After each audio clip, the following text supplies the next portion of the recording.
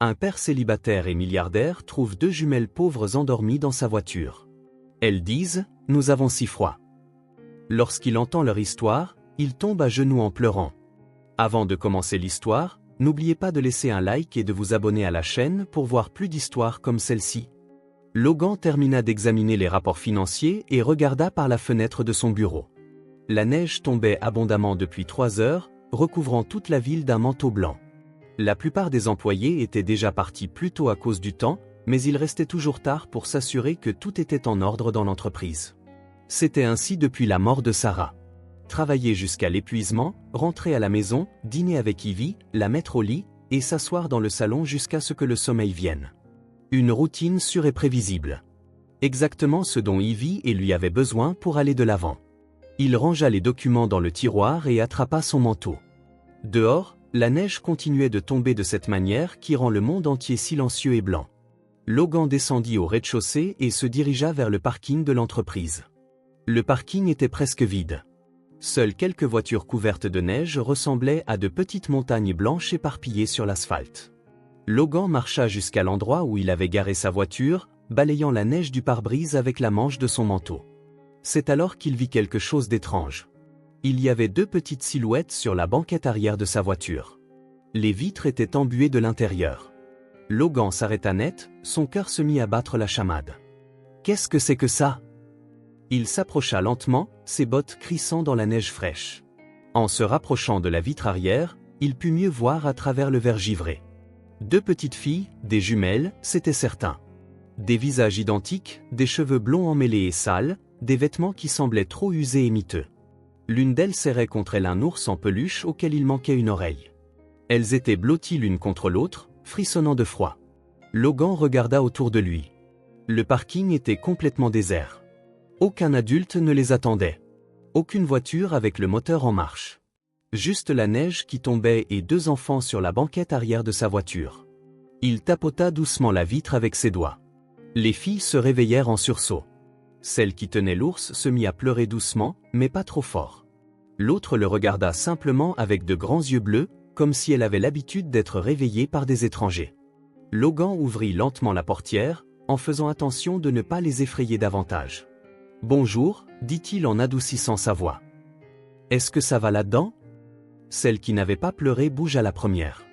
Elle se redressa et attira sa sœur plus près d'elle. « Nous avons si froid, dit-elle. Sa voix était faible mais assurée, comme si elle se sentait responsable d'elles deux. Nous avons perdu notre mère. Nous n'avons nulle part où aller. Les mots frappèrent Logan en pleine poitrine, comme un coup de poing. Il s'agenouilla pour être à leur niveau, posant une main sur la portière de la voiture. Comment êtes-vous entré dans ma voiture? La portière n'était pas verrouillée, répondit la même fillette. Nous sommes entrés parce qu'il faisait trop froid dehors. Nous voulions juste nous abriter de la neige. Logan les regarda de plus près. Leurs vêtements étaient mouillés et sales. Leurs lèvres étaient un peu violettes à cause du froid. Elles frissonnaient même à l'intérieur de la voiture. Celle qui avait pleuré s'était arrêtée, mais elle reniflait encore doucement en se cachant derrière sa sœur. « Où est votre mère » La fillette qui avait parlé déglutit difficilement. Ses yeux devinrent encore plus grands et plus tristes. Elle ne se réveille plus. Le monde s'arrêta pendant une seconde. Logan sentit cette douleur familière lui serrer la poitrine. La même douleur qu'il ressentait chaque fois qu'il se souvenait de Sarah sur son lit d'hôpital, trop silencieuse, incapable d'ouvrir les yeux. « Depuis combien de temps êtes-vous seul » « 2 jours, répondit-elle rapidement, comme si elle avait raconté cette histoire de nombreuses fois. « Hier, nous avons dormi dans le parc, sous le toboggan, mais aujourd'hui il faisait trop froid et la neige n'arrêtait pas. » Logan ne parvenait pas à penser clairement. Il ne voulait pas penser. S'il s'arrêtait pour analyser la situation, il risquait de changer d'avis. Peut-être se souviendrait-il qu'il avait des responsabilités, qu'il avait Ivy, que sa vie était déjà assez compliquée sans 2 enfants inconnus. « Vous venez avec moi » dit-il, en essayant de garder sa voix calme. « Je vais vous emmener quelque part au chaud. » Les filles se regardèrent. Celle qui tenait l'ours chuchota quelque chose à l'oreille de sa sœur. Logan ne comprit pas, mais il sentit qu'elle décidait si elle pouvait lui faire confiance. « Vous ne nous ferez pas de mal, n'est-ce pas » demanda celle qui avait parlé. « Non » répondit Logan sans hésiter. « Je promets que je ne vous ferai pas de mal. » « Vous promettez vraiment » « Je promets. » Elles sortirent de la banquette arrière et s'installèrent à l'avant. Logan démarra la voiture et mit le chauffage au maximum. Il ajusta le rétroviseur pour pouvoir les voir en conduisant. « Comment vous appelez-vous » ? « Je m'appelle Emily » dit celle qui avait parlé jusqu'à présent. « Elle, c'est Nora. Elle ne parle pas beaucoup aux gens que nous ne connaissons pas. Je m'appelle Logan, et ne vous inquiétez pas, vous êtes en sécurité maintenant. » Sur le chemin du retour, Logan essaya de comprendre ce qui se passait. 2 enfants inconnus dans sa voiture. 2 enfants qui avaient perdu leur mère, tout comme Ivy. 2 enfants qui avaient besoin d'aide.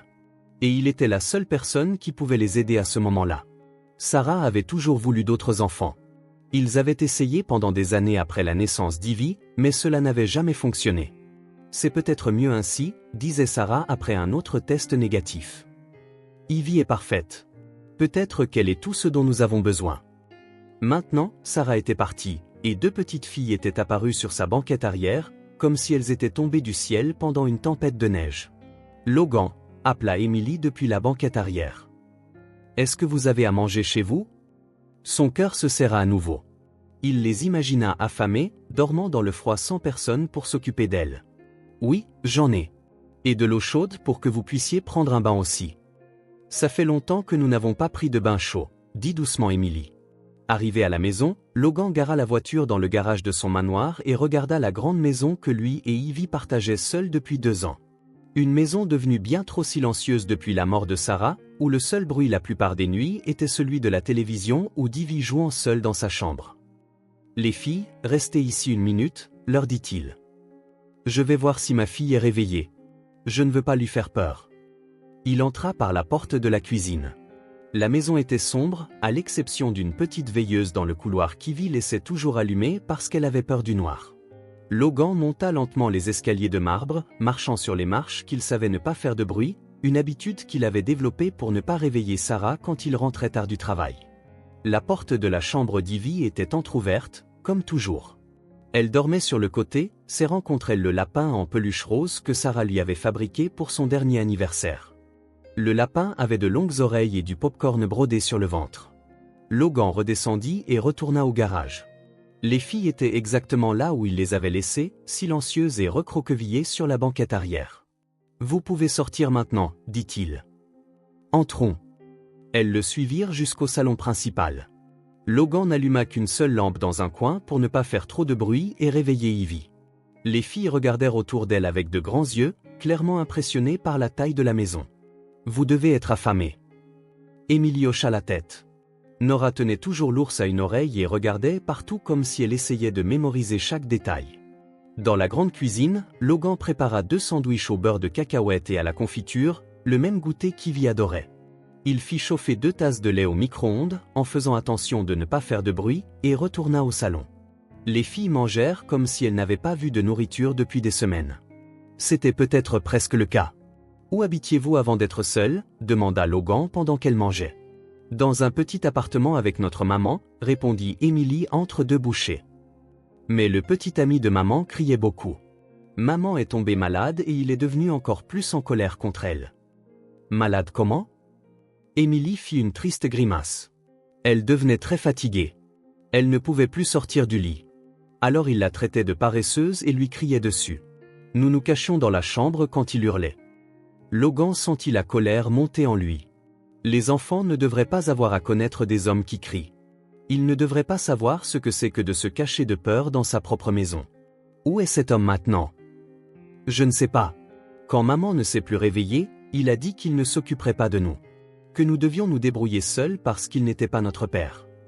Vous êtes en sécurité maintenant, dit Logan. Et en le disant, il réalisa qu'il le croyait vraiment. Personne ne vous criera dessus ici. Après qu'elles eurent fini de manger, Logan apporta des oreillers moelleux et des couvertures coûteuses du placard. Il prépara un coin douillet sur le grand canapé du salon. Vous pouvez dormir ici cette nuit, dit-il. Demain, nous parlerons plus et nous trouverons une solution. Emily s'allongea la première et tendit la main à Nora pour qu'elle se blottisse contre elle. Elles se nichèrent sous la couverture douce, semblant encore plus petite qu'elle ne l'était en réalité. Logan appela doucement Emily. Merci de ne pas nous avoir laissés dans la neige. Il sentit cette boule dans la gorge qu'il n'avait pas ressentie depuis longtemps. La même boule qu'il ressentait lorsque Sarah le serrait dans ses bras après une journée difficile et lui disait que tout irait bien. Dormez bien, les filles. Logan monta dans la chambre principale et s'allongea sur le lit king size qui semblait encore trop grand sans Sarah. Il fixa le haut plafond, pensant à elle, pensant à Ivy, pensant aux deux petites filles endormies sur le canapé du salon. Quelque chose avait changé dans cette maison. Il pouvait le sentir dans l'air, dans le silence qui n'était plus tout à fait silencieux. Sarah s'était toujours plainte que la maison était trop calme. Un manoir de cette taille a besoin de plus de monde, disait-elle quand ils essayaient encore d'avoir un autre enfant. Cette maison a été faite pour une grande famille, Logan. Elle attend plus de vie. Maintenant, il y avait 4 personnes dans la maison, et Logan ne pouvait s'empêcher de penser que Sarah y était peut-être pour quelque chose. Que peut-être, d'une manière ou d'une autre, elle lui avait envoyé ses 2 petites filles. Tôt le lendemain matin, Logan se réveilla au son familier d'Ivy descendant les escaliers de marbre.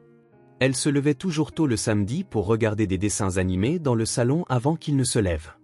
Il descendit derrière elle et arriva au salon juste au moment où Ivy s'arrêta à mi-chemin, fixant le canapé où Emily et Nora dormaient encore, blotties l'une contre l'autre. Ivy le regarda avec une expression qu'il n'avait jamais vue auparavant. C'était de la surprise, de la confusion, et quelque chose qui ressemblait à de la peur mêlée de colère. « Papa » chuchota-t-elle, comme si elle ne voulait pas réveiller les filles mais avait besoin d'une explication immédiate. Les jumelles se réveillèrent au son de sa voix.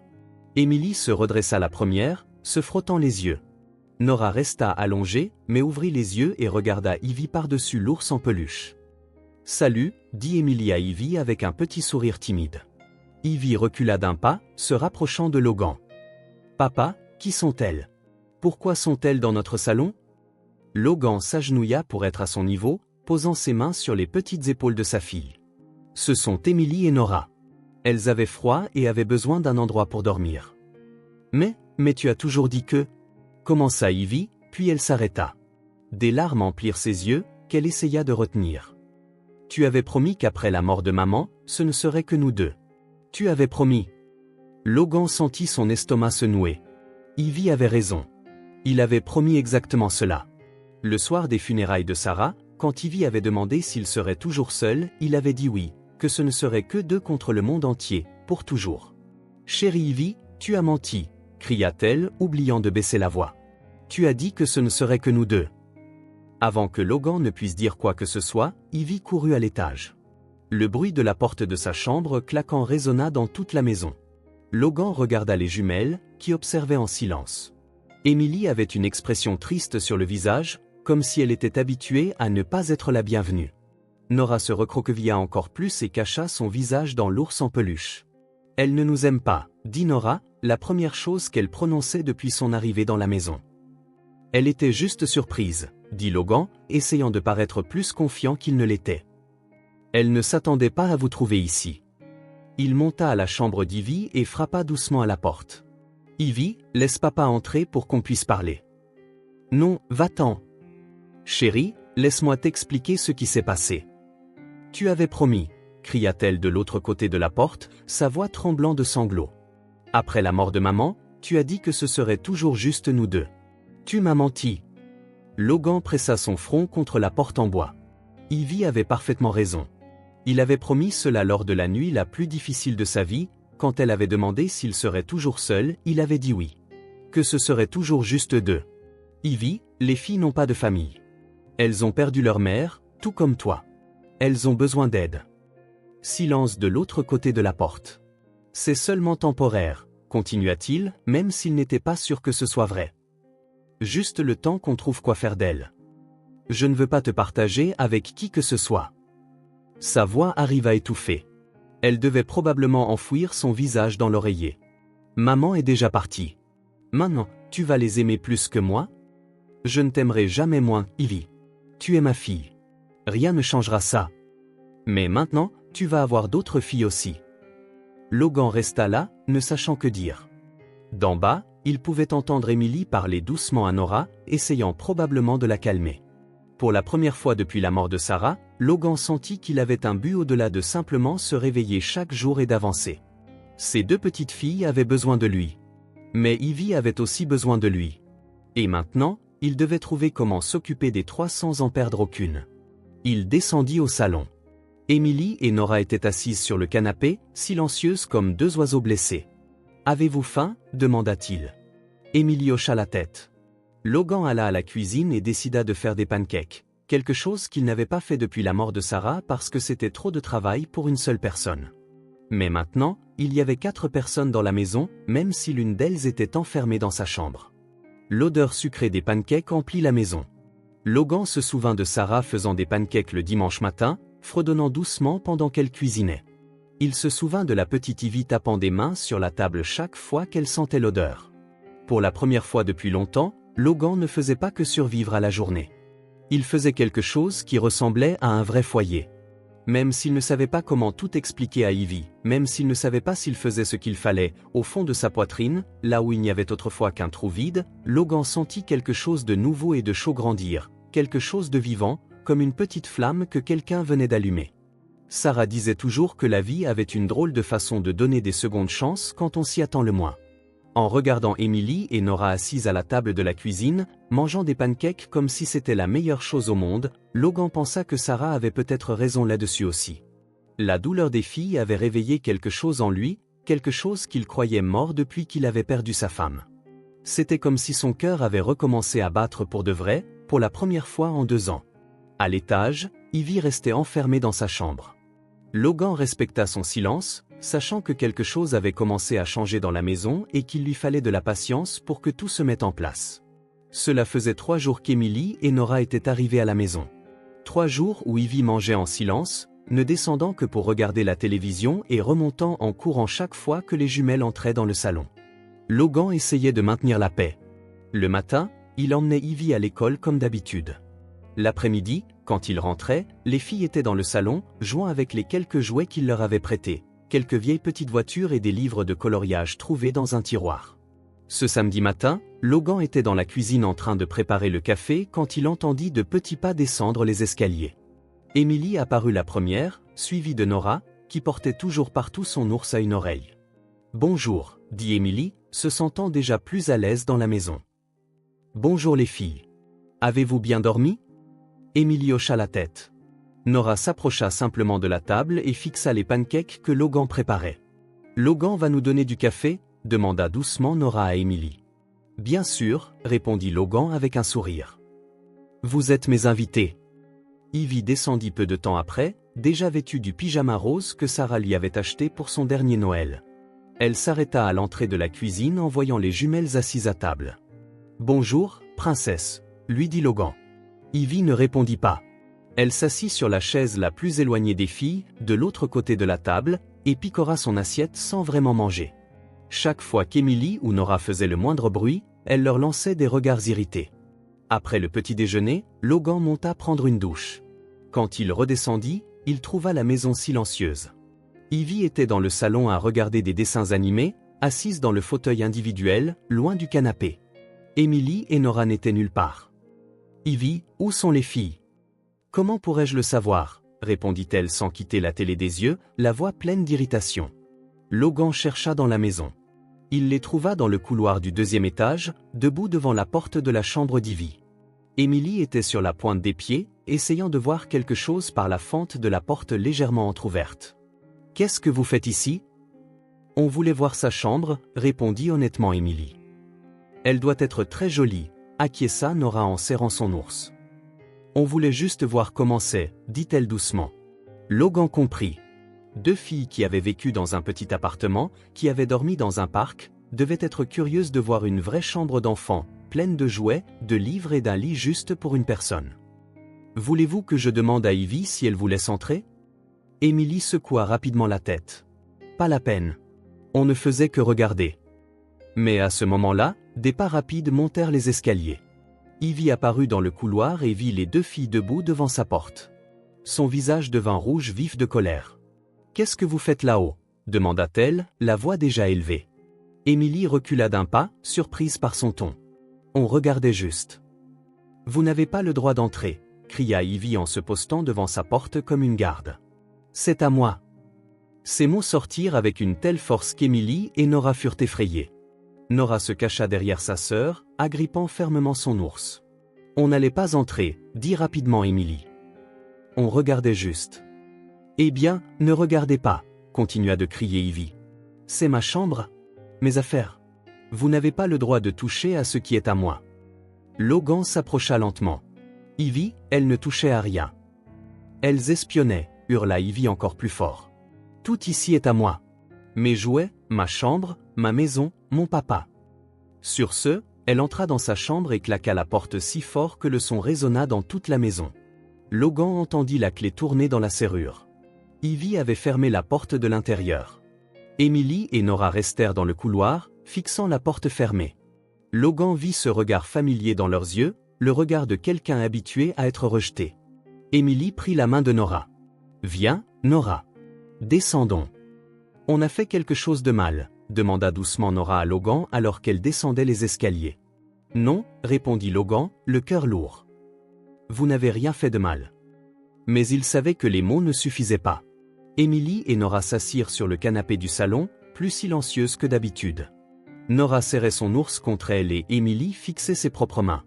Logan monta et frappa à la porte d'Ivy. « Ivy, je dois te parler. »« Je ne veux pas parler. »« Chérie, ce ne sont que des enfants. » Elles étaient curieuses. « Je m'en fiche. Je ne leur ai pas demandé de vivre ici. Je veux qu'elles s'en aillent. » Logan pressa son front contre la porte. Il savait qu'Ivy avait raison sur un point. Elle n'avait vraiment pas demandé cette situation. Mais il savait aussi qu'Emily et Nora n'étaient responsables de rien. « Ivy, tu as tellement de jouets dans ta chambre. Peut-être que tu pourrais leur en prêter quelques-uns? » « Non, ils sont à moi. C'est maman qui me les a tous achetés. Juste pour moi. » Et voilà le vrai problème. Chaque jouet, chaque livre, chaque objet dans cette chambre était un rappel de Sarah. Pour Ivy, partager quoi que ce soit, c'était comme partager sa mère. Logan descendit et trouva les filles exactement là où il les avait laissées. Emily essayait de jouer avec Nora, mais il était évident qu'elles étaient toutes les deux tristes. « Les filles, et si on sortait un peu ?» Emily le regarda, surprise. « Sortir où ?»« En ville. Acheter quelques trucs. » En réalité, Logan avait une idée. Quelque chose qui pourrait aider Emily et Nora à se sentir moins comme des intruses et plus comme, eh bien, des enfants qui méritent d'avoir leurs propres affaires. Ils laissèrent Ivy à la maison. Elle refusa de déverrouiller la porte, même quand Logan frappa pour lui dire qu'il partait. Emily et Nora montèrent dans la voiture, encore un peu timides, mais clairement excités à l'idée de quitter la maison pour un moment. Logan conduisit jusqu'au centre commercial voisin. C'était samedi après-midi et l'endroit était bondé de familles faisant du shopping. Emily et Nora marchaient à côté de lui, regardant partout avec de grands yeux. « Je ne suis jamais allée dans un endroit comme ça », commenta doucement Emily. « C'est si grand », chuchota Nora. Logan les emmena directement au magasin de jouets. Quand ils entrèrent, les filles s'arrêtèrent à l'entrée, impressionnées par les rangées d'étagères, les couleurs et les innombrables jouets. « Vous pouvez choisir ce que vous voulez, » dit Logan. Emily le regarda, confuse. « Choisir quoi ?»« Des jouets. Tout ce qui vous plaît. »« Mais on n'a pas d'argent, » dit Emily, comme si c'était une évidence. Logan s'agenouilla pour être à leur niveau. « Vous n'avez pas à vous soucier de l'argent. Je veux vous acheter quelque chose. » Les filles se regardèrent comme si elles n'en croyaient pas leurs oreilles. « N'importe quoi ?» demanda Nora. « N'importe quoi. » Emily prit la main de Nora et les deux commencèrent à marcher lentement dans les allées. Logan les suivait, observant comment elles examinaient tout attentivement, comme si c'était un trésor. Elles s'arrêtèrent dans la section des poupées. Il y en avait des centaines. Des grandes poupées, des petites poupées, des poupées qui parlaient, qui pleuraient, qui venaient avec des vêtements et des accessoires. Emily montra une poupée simple avec des cheveux bruns et une robe bleue. « Elle est jolie, » dit-elle à Nora. Nora hocha la tête, mais elle regardait une autre poupée similaire, une avec des cheveux blonds et une robe rose. « Vous voulez celle-ci » demanda Logan. Emily le regarda, toujours incrédule. « On peut vraiment choisir ?»« Vous pouvez. » Logan prit les deux poupées et les emmena à la caisse. Emily et Nora suivirent en silence, semblant toujours incapables de croire ce qui se passait. Quand elles sortirent du magasin, chacune portant un sac avec sa nouvelle poupée, les filles étaient radieuses. Dans la voiture, Emily serra son sac contre sa poitrine. « Logan, pourquoi tu nous as acheté ça ?» La question prit Logan par surprise. Il pensa à toutes les réponses qu'il pourrait donner. Parce qu'elles en avaient besoin. Parce que c'était juste. Parce que chaque enfant mérite des jouets. Parce que vous le méritez, dit-il simplement. Quand ils arrivèrent à la maison, Ivy était dans le salon à regarder la télé, assise dans le même fauteuil individuel, loin du canapé. Elle regarda les sacs qu'Emily et Nora portaient, et Logan vit son visage se crisper encore plus. « Ivy, les filles ont eu des poupées », dit Logan, essayant de l'inclure dans la conversation. Ivy ne répondit pas. Elle croisa les bras et retourna son visage vers la télé, clairement irritée. Emily et Nora s'assirent de l'autre côté du salon, par terre, loin d'Ivy, et sortirent leurs poupées des boîtes. Emily sortit sa poupée et la serra dans ses bras. « Elle est si douce », dit-elle à Nora. Nora fit de même avec la sienne. Puis elle regarda Emily avec des yeux brillants. « Elle est vraiment à nous pour toujours ?»« Elle est à nous », confirma Emily. Et puis, à la surprise de Logan, les deux se mirent à pleurer. Ce n'étaient pas des pleurs de tristesse. C'étaient des pleurs de joie pure. Deux filles qui n'avaient probablement jamais eu de jouet neuf auparavant. Pleurant parce qu'elles avaient enfin quelque chose à elles. « Elle a un nom ?» demanda Nora en regardant sa poupée blonde. « On peut lui donner un nom ?» demanda Emily à Logan. « Bien sûr que vous pouvez. » Emily réfléchit un instant. « Je vais appeler la mienne Rose. » Nora regarda sa poupée et sourit. « La mienne s'appellera Lily. »« Rose et Lily » répéta Emily. « Comme nous. Elles seront sœurs aussi. » Logan sentit cette boule familière dans sa gorge. 2 ans après la mort de Sarah, 2 petites filles avaient ramené chez lui quelque chose qu'il pensait avoir perdu pour toujours, le son d'enfants heureux. Il regarda Ivy. Elle était toujours assise dans le fauteuil, faisant semblant de regarder la télé. Mais Logan remarqua qu'elle avait monté le volume et essayait de ne pas regarder les filles. Il y avait quelque chose de tendu dans sa posture. Ses épaules étaient raides, sa mâchoire serrée. Ivy était jalouse, mais elle luttait aussi contre autre chose, une partie d'elle qui voulait regarder, qui était curieuse des poupées et de la joie des filles. Mais elle restait distante, déterminée à ne montrer aucun intérêt. Emily et Nora jouèrent avec leurs poupées tout le reste de l'après-midi. Elles leur inventèrent des voix, créèrent des histoires, firent parler Rose et Lily entre elles. Logan resta dans la cuisine, mais il pouvait entendre les rires venant du salon. Ivy restait dans le fauteuil, de plus en plus tendue. Chaque fois que les filles riaient plus fort, elle montait le volume de la télé. Logan pouvait voir qu'elle menait une bataille interne. Une partie d'elle voulait se joindre, mais la jalousie et la colère étaient plus fortes. Quand la nuit tomba et que Logan appela les filles pour le dîner, Ivy se leva enfin du fauteuil et alla directement à la cuisine sans même regarder Emily et Nora. Pendant le dîner, elle mangea en silence absolu, évitant tout contact visuel avec les jumelles. Quand Emily essaya de lui parler des poupées, Ivy fit simplement semblant de ne pas entendre. Après le dîner, Logan aida Emily et Nora à préparer le canapé pour dormir. Les deux s'allongèrent, chacune serrant sa nouvelle poupée. « Bonne nuit, Rose », chuchota Emily à sa poupée. « Bonne nuit, Lily », fit Nora de même. Ivy traversa le salon sans dire bonne nuit et monta directement dans sa chambre, claquant la porte derrière elle. Logan éteignit les lumières et monta. Il trouva Ivy allongée dans son lit, mais elle ne dormait clairement pas. « Bonne nuit, princesse », dit-il doucement. « Bonne nuit », répondit-elle sèchement sans le regarder. Logan resta un moment sur le seuil, observant sa fille. Il pouvait sentir la tension qui émanait d'elle, la lutte interne qu'elle menait. Il redescendit chercher un verre d'eau et passa par le salon. Emily et Nora dormaient recroquevillées, chacune tenant sa poupée. Dans le noir, elle semblait encore plus petite et plus fragile. Logan savait qu'Ivy avait tout observé de ce qui s'était passé ce jour-là. Elle avait vu 2 filles de son âge pleurer de joie pour 2 simples poupées. Elle avait été témoin de ce que signifiait pour quelqu'un de recevoir quelque chose pour la première fois. Même en gardant ses distances, même avec toute sa jalousie, Logan était certain que quelque chose avait changé dans l'expression d'Ivy quand elle avait vu les larmes de bonheur des filles. En montant les escaliers, Logan se sentit confiant pour la première fois depuis des jours. Le temps changerait tout. Il devait juste être patient et laisser les choses se faire naturellement. Ivy avait passé toute la journée à observer Emily et Nora, même de loin. Et au fond des yeux de sa fille, pendant un bref instant, quand les filles pleurèrent de joie, Logan vit quelque chose qu'il n'avait pas vu depuis des jours. Il vit l'empathie lutter contre la jalousie.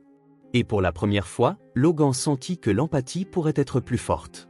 C'était mardi soir. La neige avait cessé de tomber, mais elle recouvrait encore la cour comme une couverture blanche.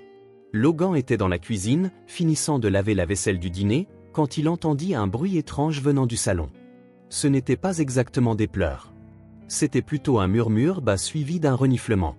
Il s'essuya les mains sur le torchon et alla voir ce qui se passait. Il trouva Émilie et Nora sur le canapé, blotties l'une contre l'autre.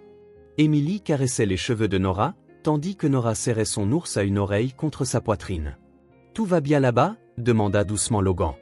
Émilie le regarda. Ses yeux étaient rouges, comme si elle avait pleuré. Nora a fait un mauvais rêve. Logan s'assit dans le fauteuil à côté du canapé. Ivy était montée dans sa chambre juste après le dîner, comme elle le faisait depuis quelques jours. « Tu veux parler du rêve » demanda-t-il à Nora.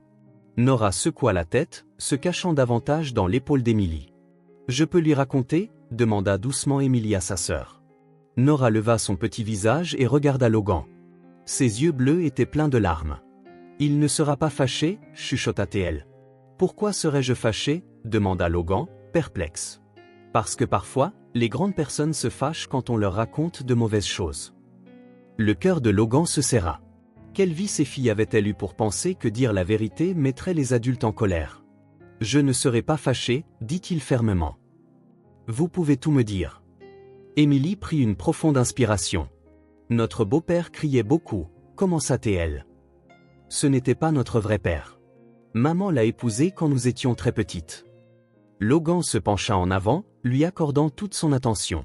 « Au début, il était gentil » continua Émilie. « Il nous apportait des bonbons. Mais ensuite, il a changé. » Comment a-t-il changé? Il a commencé à crier sur maman. Il disait qu'elle faisait tout de travers. Que la nourriture était mauvaise. Que la maison était sale. Que nous faisions trop de bruit. Nora bougea sur les genoux d'Émilie.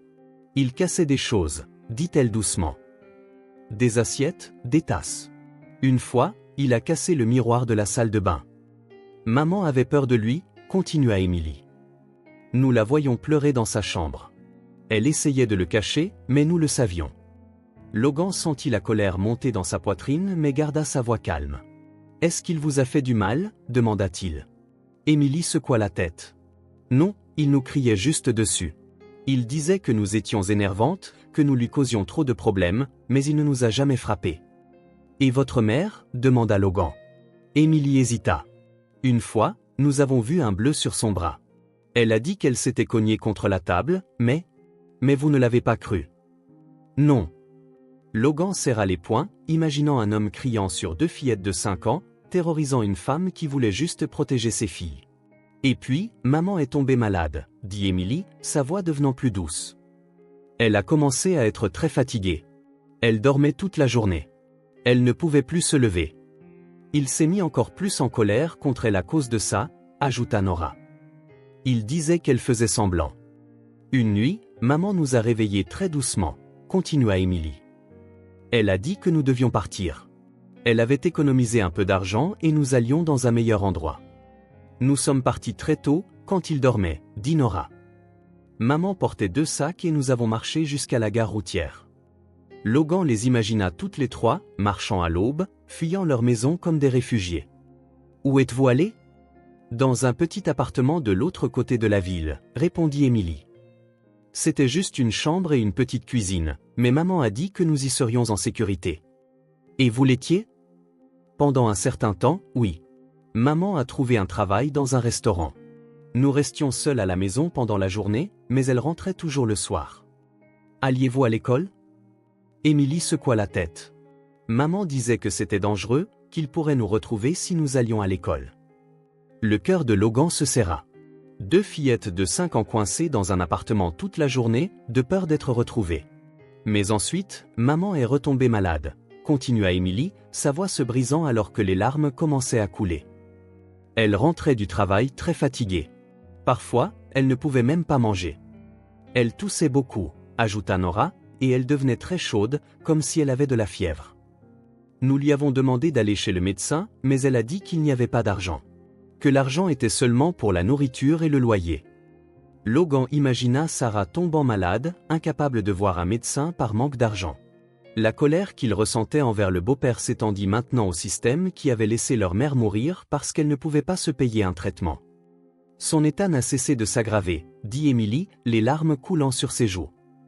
Un jour, elle n'a même plus pu se lever pour aller travailler. Nous avons essayé de nous occuper d'elle, chuchota Nora.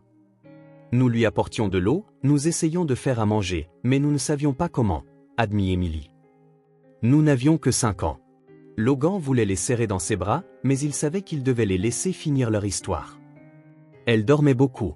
Parfois, elle se réveillait et nous parlait, mais la plupart du temps, elle ne faisait que dormir. Et un jour, commença Nora, mais ne put continuer. Un jour, elle ne s'est pas réveillée, termina Emily. Nous avons essayé de la réveiller, de la secouer, mais elle n'ouvrait pas les yeux. Le salon devint silencieux. Logan sentit les larmes monter à ses propres yeux. Combien de temps êtes-vous resté avec elle comme ça? Un jour entier, répondit Emily. Nous ne savions pas quoi faire. Nous avons attendu qu'elle se réveille. Mais elle ne se réveillait pas, chuchota Nora. Alors nous avons eu peur. Nous avons quitté l'appartement et nous avons erré dans les rues. Nous ne savions pas où aller. Vous ne connaissiez personne, aucun parent? Emily secoua la tête. Maman disait toujours que c'était juste elle et nous, qu'elle n'avait pas de famille. Et votre père biologique? Nous ne l'avons jamais connu. Maman a dit qu'il était parti avant notre naissance. Logan prit une profonde inspiration. 2 fillettes de 5 ans, complètement seules au monde. Comment avez-vous survécu dans les rues? Nous dormions dans différents endroits. Dans le parc, devant des magasins fermés. Une fois, une dame nous a donné à manger, mais la plupart du temps, nous avions faim. Jusqu'à ce que nous trouvions votre voiture, dit Nora. La portière n'était pas verrouillée et il faisait chaud à l'intérieur. Et vous êtes apparu, termina Emily. Logan resta silencieux un long moment, assimilant tout ce qu'il avait entendu. L'histoire était plus dure qu'il ne l'avait imaginé. 2 enfants qui avaient fui leur maison pour échapper à un homme violent, qui avaient perdu leur mère par manque de soins médicaux, qui avaient survécu seuls dans la rue. Emily, Nora, dit-il enfin, je suis tellement désolé pour ce que vous avez traversé. Vous n'allez pas nous renvoyer, n'est-ce pas? Demanda Nora d'une petite voix. Non, répondit Logan sans hésitation. Vous n'irez nulle part. Promis? Je promets. Emily serra Nora plus fort. On peut rester ici pour toujours? Logan regarda les 2 filles enlacées sur le canapé. 2 enfants qui avaient connu plus de douleur et de souffrance que n'importe quel adulte ne devrait en endurer. 2 enfants qui avaient besoin de bien plus qu'un simple toit sur leur tête. Elles avaient besoin de sécurité, de stabilité, d'amour. Elles avaient besoin d'une famille. Oui, dit-il, sentant une certitude grandir en lui comme jamais auparavant. Vous pouvez rester ici pour toujours. Emily se mit à pleurer de soulagement. Nora se blottit encore plus dans le giron de sa sœur. Logan se leva et s'assit sur le canapé à côté d'elle. Il ouvrit les bras, et pour la première fois, elles le laissèrent les étreindre. Là, dans le salon silencieux, avec 2 petites filles pleurant dans ses bras, Logan sentit qu'il avait retrouvé son but. Sarah disait toujours que la vie met les bonnes personnes sur notre chemin quand nous en avons le plus besoin. Peut-être qu'Emily et Nora avaient besoin de lui. Mais Logan commençait à réaliser qu'il avait aussi besoin d'elle. Il avait besoin d'être à nouveau un père. Il avait besoin d'avoir à nouveau une famille. Le lendemain matin, après la conversation dans le salon, Logan descendit et trouva Emily et Nora déjà réveillées, assises sur le canapé. Il y avait quelque chose de différent dans l'air, comme si l'histoire qu'elles avaient racontée la nuit précédente leur avait enlevé un poids des épaules. « Bonjour les filles », dit Logan en se dirigeant vers la cuisine pour faire du café. « Bonjour », répondit Emily, et pour la première fois, sa voix semblait plus légère. Nora agita la main, serrant toujours son ours, mais avec un petit sourire aux lèvres. Logan prépara des pancakes pour eux 3. Ivy descendit peu après, comme toujours habillée et les cheveux bien peignés. Elle s'assit à sa chaise habituelle, loin des jumelles, mais Logan remarqua qu'elle n'avait pas cette expression fermée des jours précédents. Après le petit déjeuner, Logan dut monter pour passer quelques appels professionnels. Quand il redescendit 1 heure plus tard, il trouva une scène à laquelle il ne s'attendait pas. Emily et Nora étaient assises par terre dans le salon, autour de la table basse. Elles avaient étalé du papier et une boîte de crayons de couleur que Logan reconnut. C'était celle d'Ivy. « Qu'est-ce que vous faites ?» demanda-t-il, curieux. « On dessine », répondit Emily, concentrée sur le papier devant elle. Logan s'approcha pour regarder. Emily dessinait une femme avec de longs cheveux et une robe bleue. Nora dessinait la même silhouette, mais avec des traits plus enfantins et des couleurs différentes. « C'est qui ?» demanda Logan, même s'il connaissait déjà la réponse. Notre maman, dit doucement Nora. On la dessine toujours quand on est triste. Pour se souvenir à quel point elle était belle, ajouta Émilie, choisissant un crayon rose pour colorier le visage de la femme sur le dessin. Le cœur de Logan se serra. Les filles dessinaient leur mère décédée, essayant de garder sa mémoire vivante à travers de simples couleurs et lignes. Elle était très belle, dit-il doucement. C'est alors qu'il entendit des pas descendre les escaliers. Ivy apparut dans le salon, s'arrêta à l'entrée et observa Émilie et Nora dessiner par terre. Un instant, Logan pensa qu'elle allait remonter ou monter le volume de la télé comme d'habitude, mais à la place, Ivy resta là, à regarder. Émilie leva les yeux et vit Ivy. « Salut », dit-elle timidement. Ivy ne répondit pas, mais elle ne quitta pas la pièce non plus. « On dessine notre maman », expliqua Émilie, même si Ivy n'avait rien demandé. « Tu veux voir ?» Ivy fit quelques pas prudents vers elle. S'arrêtant à une distance de sécurité, elle regarda les dessins. Elle avait les cheveux longs, demanda doucement Ivy. Oui, répondit Nora, excitée qu'Ivy leur parle. Et ils étaient très doux. Elle nous laissait les brosser parfois. Est-ce qu'elle vous chantait des chansons demanda Ivy en faisant un autre pas. Oui, dit Émilie. Surtout quand on faisait des cauchemars. Elle connaissait une chanson sur les étoiles. Ivy resta silencieuse un moment. Ma maman nous chantait des chansons aussi, dit-elle, presque en chuchotant. Logan observait depuis la cuisine, ne voulant pas interrompre. C'était la première fois qu'Ivy parlait de Sarah avec les jumelles. « Ta maman était jolie ?» demanda Nora. « C'était la plus belle femme du monde », répondit Ivy sans hésitation. « La mienne aussi », dit Émilie avec un sourire triste. Ivy resta là quelques minutes de plus, observant Émilie colorier soigneusement la robe de leur mère. Puis, à la surprise de tous, elle fit un autre pas en avant. « Je peux prendre un crayon ?» demanda-t-elle avec hésitation. Émilie la regarda, surprise, mais sourit bientôt. « Bien sûr, il y en a plein ici. » Ivy se pencha lentement et prit un crayon jaune de la boîte. Elle s'assit par terre, en face de la table, gardant une certaine distance, mais participant. Elle attrapa une feuille de papier vierge et commença à dessiner. Logan vit qu'elle dessinait aussi une femme. Sarah. Cheveux bruns, un grand sourire, une robe verte. Aucun mot ne fut prononcé pendant plusieurs minutes. Les trois filles dessinaient en silence, chacune concentrée sur son propre souvenir. Mais il y avait quelque chose de différent dans l'atmosphère de la pièce. Le silence n'était plus tendu ou hostile. Il portait maintenant une sorte d'acceptation mutuelle.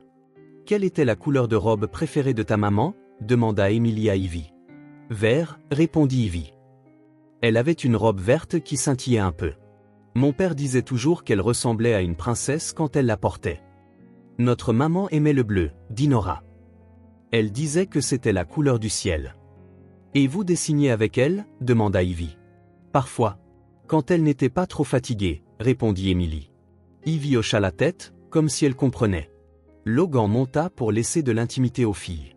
Quand il redescendit pour le déjeuner, elles étaient toujours dans le salon, mais maintenant il y avait plus de dessins étalés et les trois étaient assises plus près les unes des autres. « Et si on s'arrêtait pour manger ?» suggéra Logan. « Déjà ?» demanda Ivy, surprise du temps qui avait passé. « Oui », confirma Logan avec un sourire. Pendant le déjeuner, Ivy ne s'assit pas sur la chaise la plus éloignée comme elle le faisait toujours. Elle choisit une chaise entre les jumelles et sa place habituelle. Pas trop près, mais pas isolée non plus. L'après-midi, Logan dut sortir pour régler quelques affaires à l'entreprise. Quand il revint en fin d'après-midi, il trouva une scène qui le fit s'arrêter sur le pas de la porte. Les trois filles avaient construit un fort géant avec des couvertures et des coussins. Elles avaient attaché des couvertures au dos du canapé et du fauteuil, créant une tente improvisée qui occupait la moitié du salon, et elles étaient toutes à l'intérieur.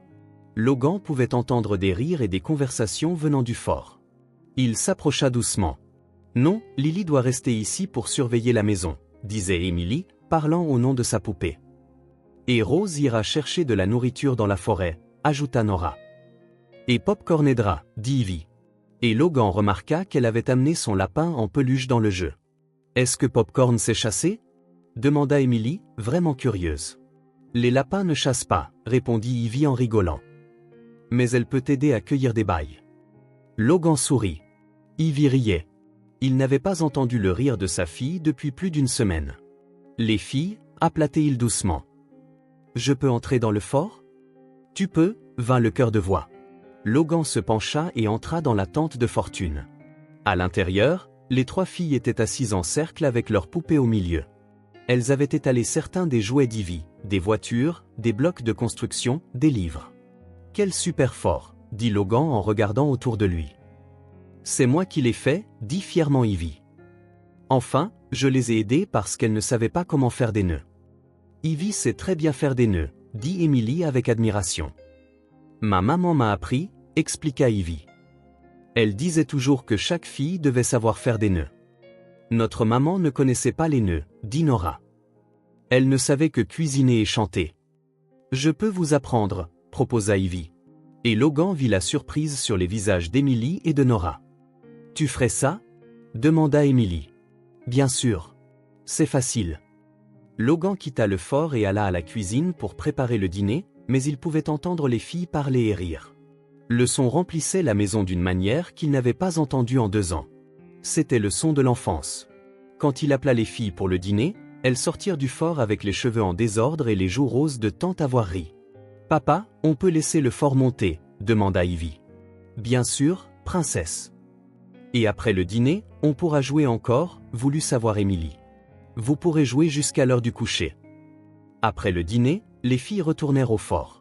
Logan resta dans la cuisine à laver la vaisselle, écoutant les sons venant du salon, rire, conversation, le bruit des jouets qu'on déplaçait. À un moment, il entendit de la musique. Ivy avait allumé la petite radio sur l'étagère et les 3 chantaient sur une chanson pour enfants. Puis la musique changea pour quelque chose de plus rythmé et Logan entendit des pas rapides sur le parquet. Il jeta un coup d'œil depuis la porte de la cuisine et vit les 3 filles danser sur le tapis du salon. Ivy apprenait à Emily et Nora quelques pas que Sarah lui avait montrés. Les jumelles essayaient d'imiter, trébuchant et riant quand elles se trompaient. « Non, comme ça », dit Ivy, démontrant un mouvement de bras. Maman disait qu'il faut imaginer qu'on vole. Emily et Nora essayèrent à nouveau, cette fois en gardant mieux le rythme. « On a réussi », cria Nora en sautant de joie. « Alors maintenant, vous savez danser comme moi », dit Ivy en souriant. Logan s'appuya contre le mur de la cuisine, ému. Ivy partageait les souvenirs de Sarah avec Emily et Nora. Elle leur apprenait les choses que sa mère lui avait apprises. C'était comme si Sarah était là, présente dans la façon dont Ivy s'occupait des jumelles, leur enseignait, partageait avec elles. Quand l'heure du coucher arriva, Logan alla au salon et trouva les 3 filles en train de ranger les jouets ensemble. Ivy rangeait ses propres jouets, mais elle aidait aussi Emily et Nora avec leurs poupées. « C'est l'heure d'aller au lit, les filles », annonça Logan.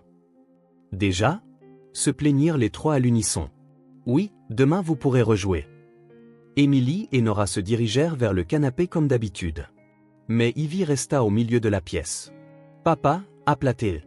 « Qu'y a-t-il, princesse ? Est-ce qu'elles peuvent dormir dans ma chambre ce soir ?» Logan cligna des yeux, surpris. « Dans ta chambre ? » ?»« Oui. Par terre. Je peux leur prêter des couvertures. » Emily et Nora regardèrent Ivy, puis Logan, puis l'une l'autre, comme si elles ne pouvaient pas croire ce qu'elles entendaient. « Si elles veulent, » dit Logan. « On veut bien. » dit rapidement Emily. « On veut bien, » acquiesça Nora. Ivy sourit, le premier sourire sincère que Logan voyait sur son visage depuis l'arrivée des jumelles. « Alors allons-y. Je vais vous montrer ma chambre. » Les 3 filles montèrent ensemble, parlant doucement. Logan suivit, portant des couvertures supplémentaires. Dans la chambre d'Ivy, les filles préparèrent un coin par terre pour qu'Emily et Nora dorment. Ivy leur montra ses jouets, ses livres, les vêtements que Sarah avait cousus pour elle. « C'est ta maman qui a fait tout ça ?» demanda Emily, admirant Popcorn, le lapin en peluche. « Oui. Elle savait très bien coudre. »« Tu as de la chance, » dit Nora. « Tu as tellement de choses pour te souvenir d'elle. » Ivy regarda sa chambre, puis les jumelles. « Vous pouvez jouer avec mes affaires, » dit-elle doucement. « Quand vous voulez. »« Vraiment ?» demanda Emily. « Vraiment. Il y a tellement de choses pour une seule personne. » Logan souhaita bonne nuit aux 3 et descendit au salon. Le fort était toujours là, des jouets éparpillés par terre, la radio jouant doucement. La maison respirait à nouveau l'enfance. Pour la première fois depuis la mort de Sarah, Logan s'assit sur le canapé et sourit, un sourire sincère venu du fond du cœur. À l'étage, il pouvait entendre les filles parler doucement avant de dormir. 3 petites voix, 3 enfants qui s'étaient trouvés malgré toute la douleur et la perte. Ivy avait passé une semaine à construire des murs autour de son cœur. Mais Emily et Nora, avec leur simple besoin d'amour et d'acceptation, avaient trouvé un moyen de les abattre. Pas par la force ou l'insistance, mais avec patience, avec la compréhension silencieuse qu'elles avaient toutes perdu leur mère, qu'elles avaient toutes besoin les unes des autres. Logan regarda le salon transformé et réalisa que Sarah avait eu raison à propos de la maison. Elle avait été construite pour une grande famille. Et maintenant, enfin, elle était complète. 3 semaines s'étaient écoulées depuis l'arrivée d'Emily et Nora. 3 semaines de rire remplissant la maison. De jeux qui duraient jusqu'à l'heure du coucher. d'Ivy apprenant aux jumelles à faire des tresses et à nouer leurs lacets. Logan était dans la cuisine en train de préparer le déjeuner quand il entendit la sonnette. Les filles étaient dans le salon, construisant un château avec des blocs. Ivy avait prêté tous ses jouets de construction, et maintenant les 3 travaillaient ensemble sur des projets de plus en plus élaborés. Les filles, quelqu'un peut aller voir qui c'est ? Appela Logan depuis la cuisine, en remuant la sauce marinara. J'y vais, répondit Ivy. Logan entendit des pas courir vers la porte d'entrée. Puis la voix d'Ivy parlant à quelqu'un. Papa, appela-t-il. Il y a une dame ici qui veut te parler. Logan éteignit le feu et se dirigea vers la porte. Il trouva une femme bien habillée, d'âge moyen, tenant un porte-bloc avec une expression sérieuse. Monsieur Logan Matthews, demanda-t-elle. C'est moi. Je m'appelle Carol Henderson.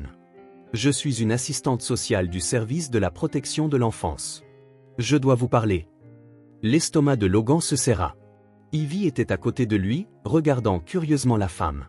Du salon, il pouvait entendre Emily et Nora parler doucement de l'endroit où placer le prochain bloc de leur château. De quoi s'agit-il ? demanda Logan, essayant de garder sa voix calme. Nous avons reçu un signalement indiquant que 2 enfants vivent dans cette maison sans documentation appropriée. Puis-je entrer ? Logan hésita.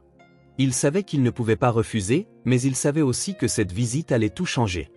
Bien sûr, dit-il en ouvrant complètement la porte. L'assistante sociale entra et vit immédiatement Emily et Nora dans le salon. Les 2 avaient arrêté de jouer et fixaient l'étrangère avec de grands yeux. « Ce sont ses enfants ?» demanda Carol en consultant son porte-bloc. « Oui, » répondit Logan. Emily se leva lentement, attirant Nora près d'elle. Logan reconnut immédiatement l'expression sur leur visage. C'était la même expression qu'elles avaient quand il les avait trouvées pour la première fois dans sa voiture. De la peur pure. « Les filles, venez ici » appela doucement Logan. Emily et Nora s'approchèrent, s'agrippant l'une à l'autre. Ivy se tenait à côté de Logan, ne comprenant pas tout à fait mais sentant la tension dans l'air. « Comment vous appelez-vous » demanda Carol aux jumelles en s'accroupissant pour être à leur niveau. « Emily » répondit la première, sa voix faible et effrayée. Nora chuchota la seconde en se cachant derrière sa sœur. « Et où sont vos parents » Emily regarda Logan, puis de nouveau l'assistante sociale. « Notre maman est morte, dit-elle doucement. Et votre père ? Nous ne l'avons jamais connu. » Carol prit des notes sur son porte-bloc. « Monsieur Matthews, depuis combien de temps ces enfants vivent-elles ici ?» 3 semaines, répondit honnêtement Logan. « Avez-vous une quelconque documentation légale, une autorisation pour vous occuper d'elles ?» Logan sentit son monde s'effondrer. « Non, Tamil. Je les ai trouvées dans une situation d'urgence et je les ai ramenées à la maison. Elles n'avaient nulle part où aller. Je comprends votre intention, Monsieur Matthews, mais il y a des procédures légales à suivre. Je ne peux pas permettre que des enfants soient sous une garde non autorisée. » Emily se mit à trembler. Nora s'agrippa au bras de sa sœur. « Qu'est-ce que cela signifie ? Cela signifie que ces enfants doivent être placés sous la garde de l'État jusqu'à ce que la situation soit régularisée. » « Non !» cria soudainement Emily. « Nous ne voulons pas partir. Nous voulons rester ici. » Pleura Nora. Ivy regarda les jumelles, puis son père, puis l'assistante sociale. Pour la première fois, elle comprit pleinement ce qui se passait. « Ils ne peuvent pas emmener Emily et Nora, dit-elle à Logan. « Chérie !» commença Logan. « Non !» cria Ivy. « Ce sont mes sœurs. » Carol regarda Ivy, surprise. « Tes sœurs ?»« Ce sont mes sœurs, » insista Ivy en attrapant les mains d'Emily et de Nora. « Ce sont mes sœurs et elles vivent ici. » Logan sentit sa poitrine se serrer. Ivy défendait Emily et Nora comme si elles avaient toujours fait partie de la famille. « Mademoiselle, » dit doucement Carol à Ivy, « je comprends que vous soyez devenus amis, mais il y a des règles à suivre. » Quelles règles ? demanda Ivy, la voix remplie de colère. Des règles qui protègent les enfants, expliqua Carol. Ces filles doivent être dans un endroit où quelqu'un a l'autorisation légale de s'occuper d'elles. Mon père s'occupe très bien d'elles, cria Ivy. Il leur a acheté des poupées. Il fait de bons repas. Il les laisse dormir dans ma chambre. Emily et Nora pleuraient maintenant, tenant les mains d'Ivy. Monsieur Matthews, dit Carol, vous pouvez essayer d'entamer une procédure d'adoption ou de tutelle, mais d'ici là, ces enfants doivent séjourner dans un foyer agréé. Combien de temps prendrait cette procédure ? demanda Logan. Plusieurs mois, peut-être 1 an ou plus. 1 an. Logan regarda Emily et Nora. 1 an.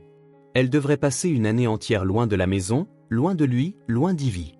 S'il vous plaît, supplia Emily à l'assistante sociale. Nous promettons d'être sages. Nous ne causerons aucun problème. Nous voulons juste rester avec Logan et Ivy. Nora sanglotait. Carol soupira. Logan pouvait voir qu'elle n'aimait pas cette situation, mais elle ne faisait que son travail. Les filles, vous n'avez rien fait de mal. Mais je dois m'assurer que vous êtes en sécurité et dans un endroit approprié. Nous sommes en sécurité ici, protesta Emily.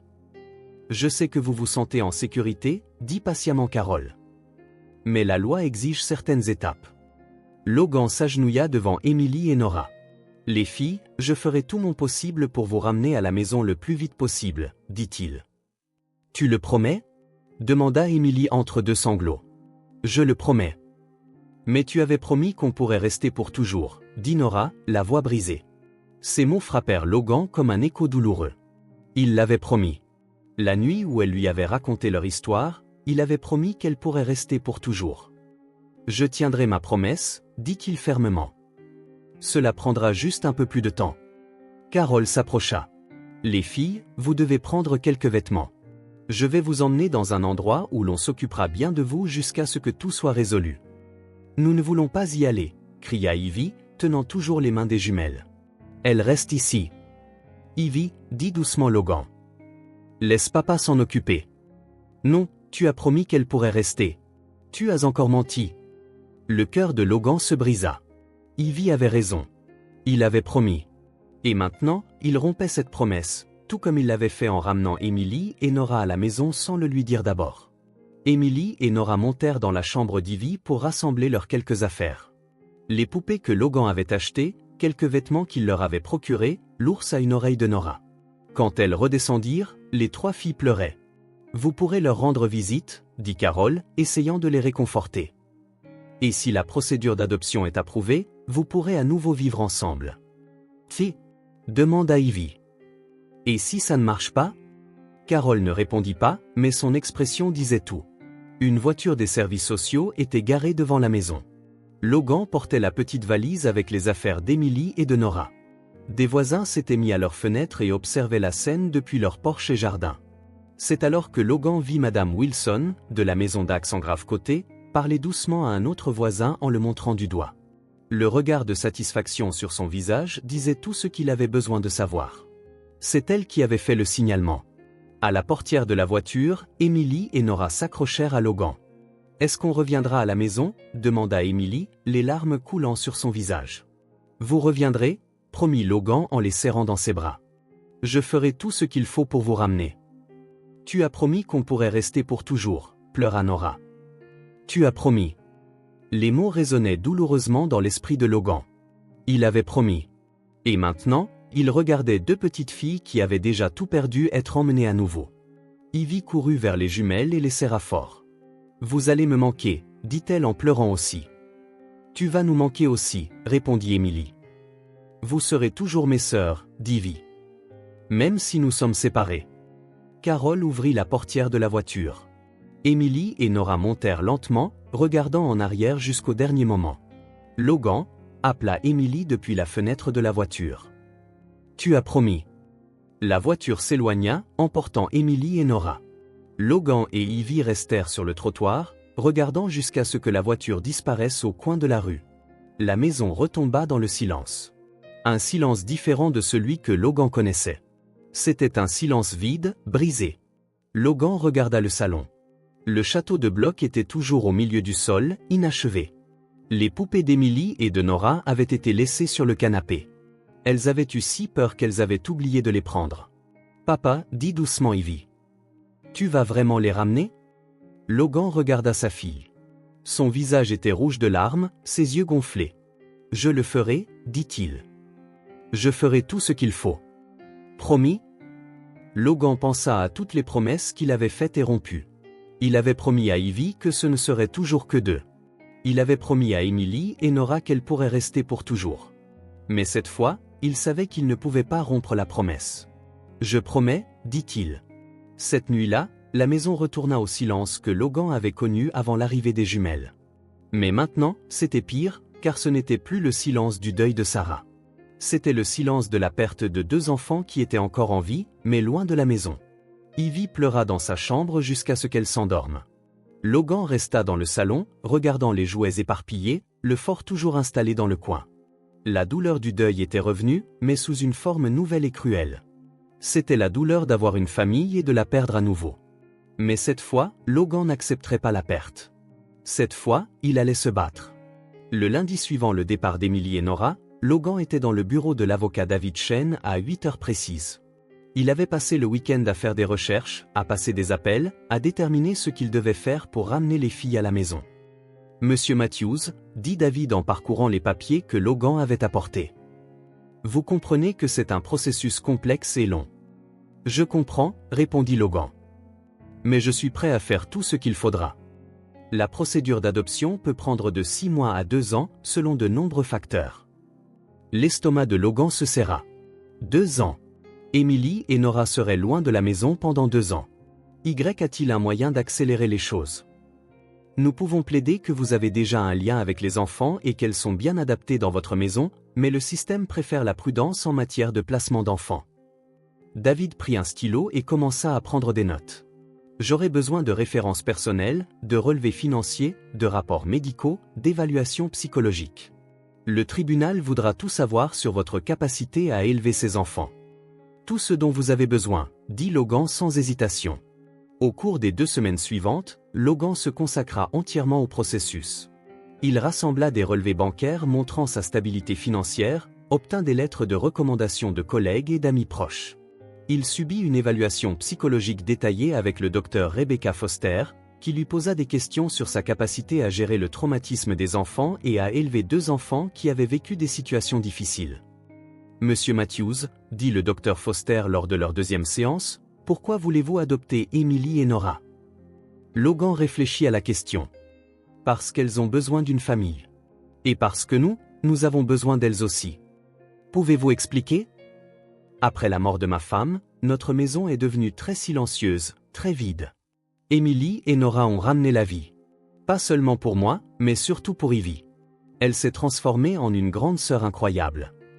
Le médecin prit des notes. Comment comptez-vous gérer les traumatismes que ces enfants portent? Avec de la patience, de l'amour, et avec une aide professionnelle si nécessaire. Logan passa également des entretiens avec des travailleurs sociaux qui visitèrent sa maison, évaluèrent les conditions de vie et vérifièrent s'il y avait un espace adéquat pour 2 enfants de plus. Ils examinèrent la chambre que Logan avait préparée pour Emily et Nora, 2 lits neufs, une armoire, un bureau d'études. Monsieur Matthews, dit l'assistante sociale Margaret Torres lors de la visite, la maison est certainement adaptée, mais je suis préoccupé par le fait que vous soyez un père célibataire pour 3 enfants. J'ai élevé Ivy seul au cours des 2 dernières années, répondit Logan. Et j'ai les ressources pour engager de l'aide si nécessaire. Les enfants ont besoin de stabilité émotionnelle, pas seulement financière. Elles l'ont avec moi et elles sont les unes les autres. Ivy avait du mal pendant tout ce processus. Depuis que les jumelles étaient parties, elle mangeait à peine, ne jouait pas et passait des heures à regarder par la fenêtre comme si elle s'attendait à les voir apparaître sur le trottoir. « Papa, dit-elle un matin en picorant ses céréales sans manger, est-ce que les filles vont bien au foyer? J'en suis sûre, princesse. Est-ce qu'on leur manque? Logan s'agenouilla à côté de sa chaise. Nous leur manquons beaucoup, autant qu'elles nous manquent. Quand reviendront-elles? Je fais tout mon possible pour que ce soit le plus tôt possible. Ivy resta silencieuse un moment. Papa, est-ce que je peux aider d'une manière ou d'une autre? Logan regarda sa fille. Ces derniers jours, elle avait grandi de plusieurs années.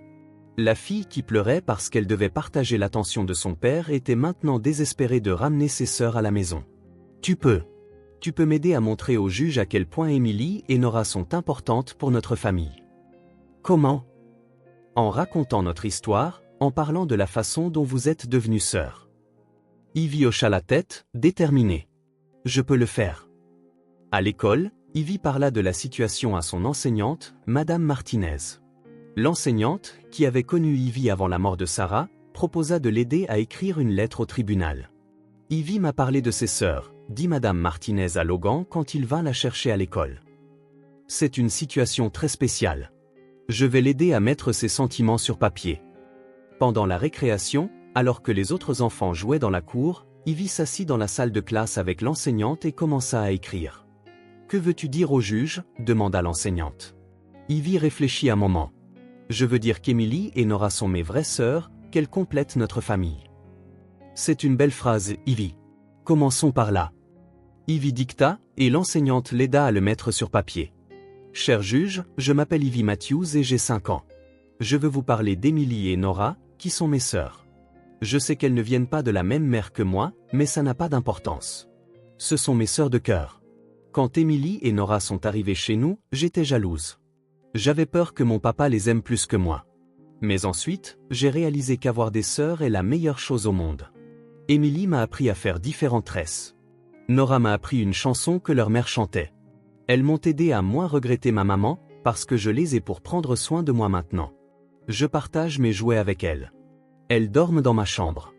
Nous jouons ensemble, mangeons ensemble, regardons des dessins animés ensemble. Ce sont mes vraies sœurs. Je ne veux pas grandir sans elles. S'il vous plaît, laissez-nous rester ensemble. Notre famille a besoin d'elles. J'ai besoin d'elles. Elles ont déjà perdu leur mère. Ne les laissez pas perdre notre famille aussi.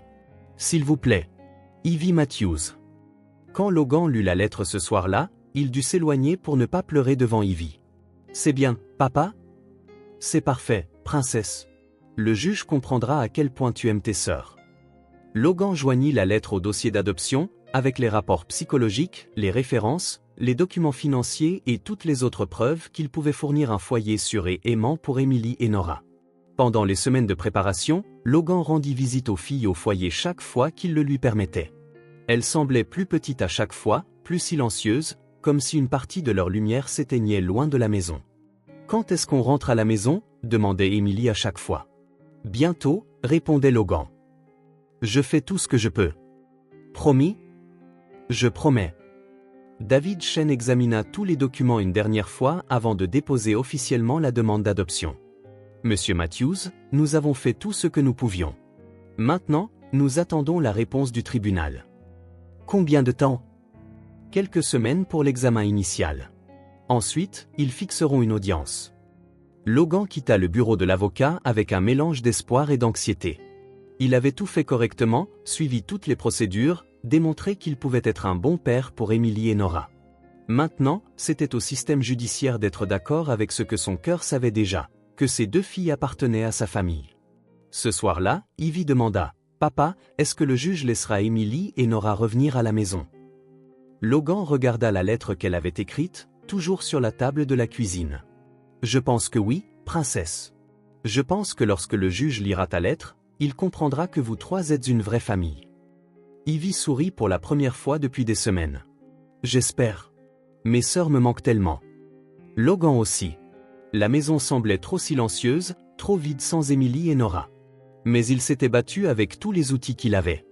Maintenant, il ne pouvait qu'espérer que ce serait suffisant. Après 6 semaines de préparation, de documents, d'entretiens et d'attente, le jour de la première audience arriva enfin. Logan enfila son plus beau costume. Ivy portait la robe bleue que Sarah lui avait achetée. Et ils se rendirent au palais de justice. David Chen les rejoignit à l'entrée. « Êtes-vous prêts » demanda-t-il. « Prêt » répondit Logan en tenant la main d'Ivy. La salle d'audience était plus petite que ce que Logan avait imaginé. La juge Patricia Williams, une femme aux cheveux gris et à l'expression sérieuse, présidait derrière un haut pupitre. Émilie et Nora étaient assises au premier rang avec Carol Henderson, l'assistante sociale. Quand les jumelles virent Logan et Ivy entrer, leurs visages s'illuminèrent. Logan chuchota Émilie en agitant la main. « Ivy. Nora essaya de se lever, mais Carol la fit se rasseoir.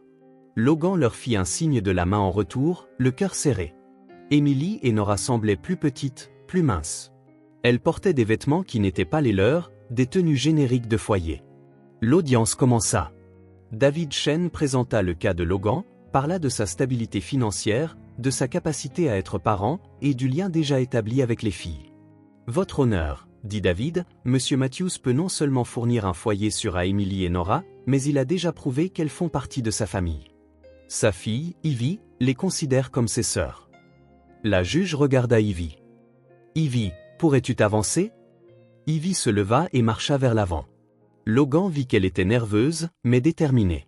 « Ivy, veux-tu qu'Emily et Nora vivent avec toi ?»« Oui, votre honneur, répondit-elle. Ce sont mes sœurs. On prend soin l'une de l'autre. On joue ensemble. Elle m'aide à ne pas me sentir si seule. » La juge hocha la tête et prit la lettre d'Ivy. « C'est toi qui as écrit ça ?» demanda-t-elle. « Oui. Avec l'aide de mon enseignante. » La juge lut la lettre en silence. Logan vit son expression s'adoucir légèrement. « C'est une très belle lettre, Ivy. »« Merci. » Ivy retourna à sa place. La juge commençait à feuilleter les documents lorsque la porte de la salle d'audience s'ouvrit. Un homme entra. Grand, mince, les cheveux en désordre, les vêtements froissés. Il ne portait pas de costume et n'avait pas d'avocat. Il avait un air arrogant et un sourire en coin. Emily et Nora se recroquevillèrent sur leur siège. Logan vit la terreur dans leurs yeux. « Désolé, je suis en retard, » dit l'homme d'une voix forte et irrespectueuse. « Je suis venu chercher ce qui est à moi. » La juge fronça les sourcils. « Et qui êtes-vous » ? « Je suis Rick Santos. Le beau-père de ses filles. L'ex-mari de leur mère. » Logan sentit la colère bouillir dans sa poitrine comme de la lave. C'était l'homme qui avait terrorisé Emily, Nora et leur mère, l'homme qui les avait abandonnés à la mort de leur mère. « Monsieur Santos, » dit froidement la juge, « vous n'étiez pas listé comme partie intéressée dans cette affaire. »« Eh bien, je suis là maintenant, » dit Rick en s'affalant sur une chaise. « Et je veux récupérer mes belles-filles. » Emily se mit à trembler. Nora sauta de sa chaise et courut vers Ivy, se cachant derrière elle. « Ce sont mes sœurs, » dit Ivy d'une voix forte, regardant directement Rick. « Elles restent avec moi. » Rick se mit à rire. « Des sœurs ? Ces filles ne sont les sœurs de personne. Ce sont des orphelines, et je suis le parent le plus proche qu'elles aient. » Le sang de Logan ne fit qu'un tour. « Monsieur, vous avez abandonné ces enfants à la mort de leur mère, » dit Logan en se levant. « Je n'ai abandonné personne, » rétorqua Rick. « J'avais juste besoin de temps pour digérer la mort de ma femme. »« 6 mois, » intervint David Chen. « Vous aviez besoin de 6 mois pour digérer ?» La juge frappa de son marteau. « Cette situation est devenue plus complexe, » dit-elle. « J'aurai besoin de temps pour évaluer toutes les options légales. » Logan sentit son monde s'effondrer. Encore 2 semaines. Emily et Nora resteraient au foyer. Rick se leva brusquement. « Je serai de retour à la prochaine audience, et vous verrez qui a les droits légaux sur ses enfants. » Il sortit en trombe, claquant la porte derrière lui. Les 2 semaines suivantes furent les plus longues de la vie de Logan. Il savait que Rick faisait l'objet d'une enquête, mais il savait aussi que cet homme avait des droits légaux en tant qu'ex-beau-père. David Chen travailla jour et nuit, rassemblant des preuves sur l'abandon de Rick, son instabilité financière et ses antécédents d'agressivité. « J'ai obtenu des déclarations de voisins de leur ancien appartement, » dit David. 3 personnes confirment avoir entendu des cris et des disputes fréquents. Un voisin a dit avoir vu des bleus sur la mère des filles. Est-ce que c'est suffisant? J'espère. Mais Rick a aussi pris un avocat. Pas un très bon, mais il essaiera d'utiliser la loi en sa faveur. Le matin de l'audience finale, Logan arriva tôt au palais de justice. Il se dirigeait vers l'entrée quand il entendit une voix derrière lui. Et, Matthews. Logan se retourna. Rick Santos s'était appuyé contre une vieille voiture, fumant une cigarette. « Faut que je te parle, » dit Rick en jetant sa cigarette par terre. Logan s'arrêta mais garda ses distances. « Nous n'avons rien à nous dire. »« Aussi, » dit Rick avec un sourire cynique. « T'aimes bien ces gamines, hein ?» Logan ne dit rien. « Écoute, je vais être direct, » continua Rick. « J'ai pas envie de continuer à courir au tribunal, les avocats, toute cette paperasse ennuyeuse. Alors renonce à la garde. » Rick se mit à rire. « C'est pas si simple. Mais peut-être qu'on peut trouver un arrangement. Logan sentit un frisson lui parcourir l'échine. Quel genre d'arrangement? Tu les aimes bien, non? Alors paye, dit Rick sans détour. Donne-moi une bonne somme et je disparais. Je signerai n'importe quel papier que tu veux. Logan se figea. L'homme essayait de vendre Emily et Nora. Donne-moi 50 000 et je m'en vais pour de bon, continua Rick. Je n'en veux même pas. Elles ont toujours été un fardeau. Logan était sous le choc absolu. Comment quelqu'un pouvait-il parler de 2 enfants comme ça? Comment pouvait-on être si cruel? Mais il ne discuta pas, ne cria pas, ne perdit pas son sang-froid. Il regarda simplement Rick dans les yeux et dit « Vous ne méritez même pas de prononcer leur nom. » Rick haussa les épaules. « Alors laissons la juge décider. Mais tu perdras. Je suis le parent le plus proche. » Logan se retourna et entra dans le palais de justice. Dans sa poitrine, il sentait un mélange de dégoût et de détermination. Rick Santos venait de révéler sa vraie nature. Dans la salle d'audience, Logan retrouva David Chen. « David, je dois te dire quelque chose. » Logan raconta toute la conversation dans le parking. David prit des notes rapides. « Ça change tout, dit David. Je vais m'en servir à l'audience. » Quand l'audience commença, Rick était présent avec son avocat, un homme qui avait l'air fatigué et n'était clairement pas préparé pour l'affaire. La juge appela Rick à témoigner en premier. « Monsieur Santos, pourquoi voulez-vous la garde d'Emily et de Nora? » « Parce que ce sont mes belles-filles. Je me suis occupé d'elles quand leur mère était en vie. » « Avez-vous abandonné ces enfants après la mort de leur mère? » « Je n'ai pas abandonné. J'étais en deuil. » David Chen se leva. « Votre honneur, j'aimerais rapporter une conversation qui a eu lieu ce matin dans le parking. » David décrivit la tentative de chantage de Rick. La salle d'audience devint silencieuse. « Monsieur Santos, dit la juge d'une voix glaciale, confirmez-vous avoir offert de renoncer à la garde en échange d'argent? » Rick pâlit. C'était un malentendu. Un malentendu comment? L'avocat de Rick tenta d'intervenir, mais était clairement dépassé. La juge appela ensuite Emily et Nora à s'avancer. « Les filles, pouvez-vous me dire avec qui vous voulez vivre? » Emily regarda Rick, puis Logan. « Nous voulons notre papa, dit-elle clairement. Le papa qui nous a choisis, pas celui qui nous a abandonnés. » Non, dit fermement Nora. « Nous voulons Logan et Ivy. » Pourquoi voulez-vous vivre avec Monsieur Matthews? Parce qu'il prend soin de nous, répondit Emily. Il fait de bons repas, achète des jouets, nous laisse jouer, il nous serre dans ses bras quand on est triste. Étage Santos, voulez-vous vivre avec lui? Toutes deux secouèrent vigoureusement la tête. Il est méchant, dit Nora. Il a fait pleurer maman. La juge regarda Rick avec mépris, puis Logan. Monsieur Matthews, veuillez vous avancer. Logan se leva. Voulez-vous adopter Emily et Nora? Oui, votre honneur. Pourquoi? Parce que ce sont mes filles. Pas sur le papier, mais dans mon cœur. Et parce qu'elles méritent une famille qui les aime inconditionnellement. La juge resta silencieuse un long moment, étudiant les documents devant elle. Compte tenu de tous les facteurs présentés, dit-elle enfin, en particulier l'abandon démontré de M. Santos, sa tentative de chantage inappropriée et les souhaits clairs des enfants. Logan retint son souffle. J'accorde l'adoption d'Emily et Nora Matthews à M. Logan Matthews. La salle d'audience éclata en applaudissements silencieux. Logan sentit les larmes monter à ses yeux. Ivy cria de joie. Emily et Nora coururent vers lui. C'est officiel? Demanda Emily en serrant Logan dans ses bras. C'est officiel, répondit-il. Vous êtes mes filles maintenant. Rick se leva brusquement et quitta la pièce sans un mot. Logan serra les 3 filles, ses 3 filles, au milieu de la salle d'audience. Ivy pleurait des larmes de bonheur. Emily et Nora s'accrochaient à lui comme si elles n'allaient jamais le lâcher. « On peut rentrer à la maison maintenant ?» demanda Nora. « On peut rentrer à la maison ?» confirma Logan. Enfin, après des mois de lutte, elles étaient en sécurité. Elles étaient une famille. 6 mois après l'audience finale, Logan se réveilla le premier jour d'école des filles avec un sentiment qu'il n'avait pas eu depuis des années, une paix complète. La maison était pleine de vie depuis le retour définitif d'Emily et Nora.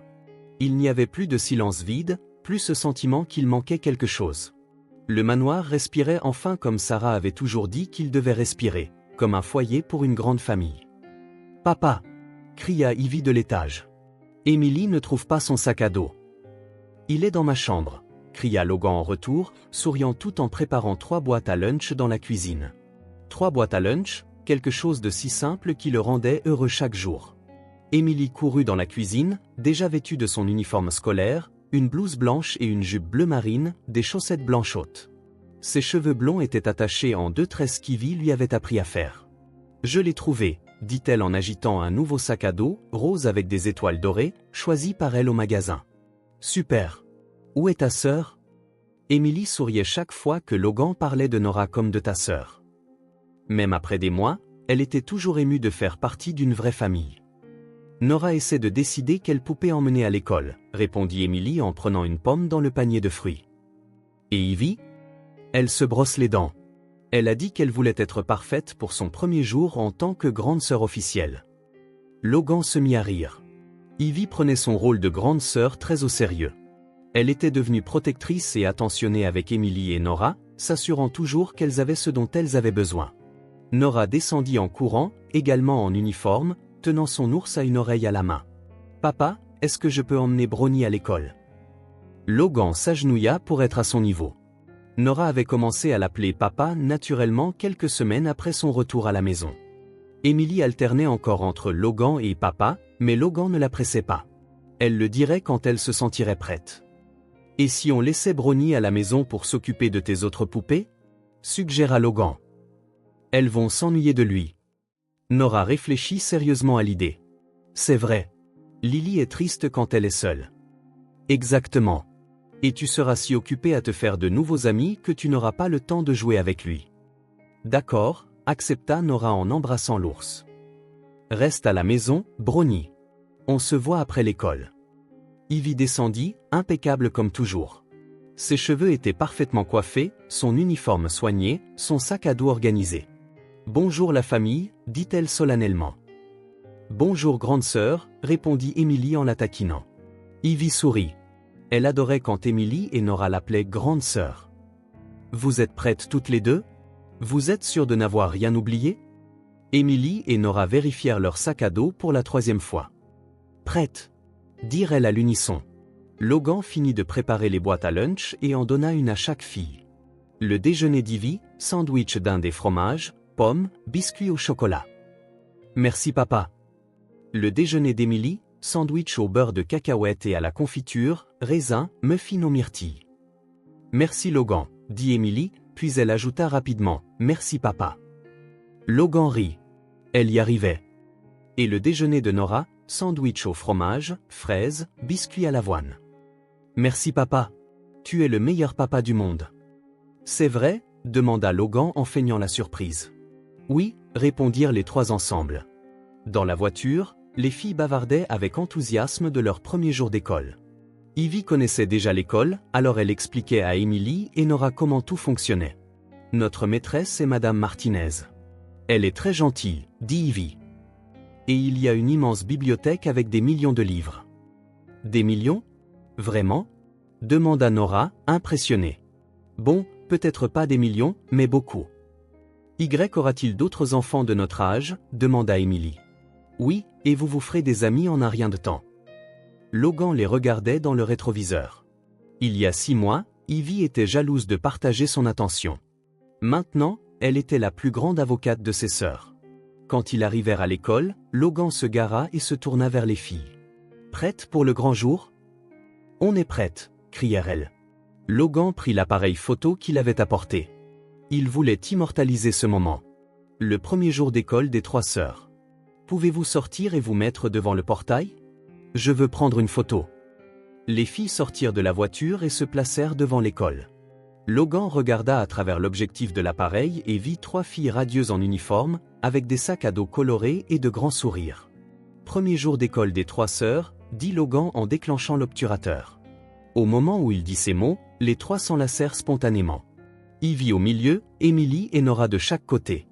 Elle riait, se balançait et faisait des grimaces à l'appareil photo. Logan prit plusieurs photos, mais il savait que la première serait spéciale pour toujours. « Maman, vous pouvez y aller, » dit-il. « Amusez-vous bien. » Les 3 coururent vers le portail, se tenant la main. Logan les regarda jusqu'à ce qu'elles disparaissent à l'intérieur du bâtiment.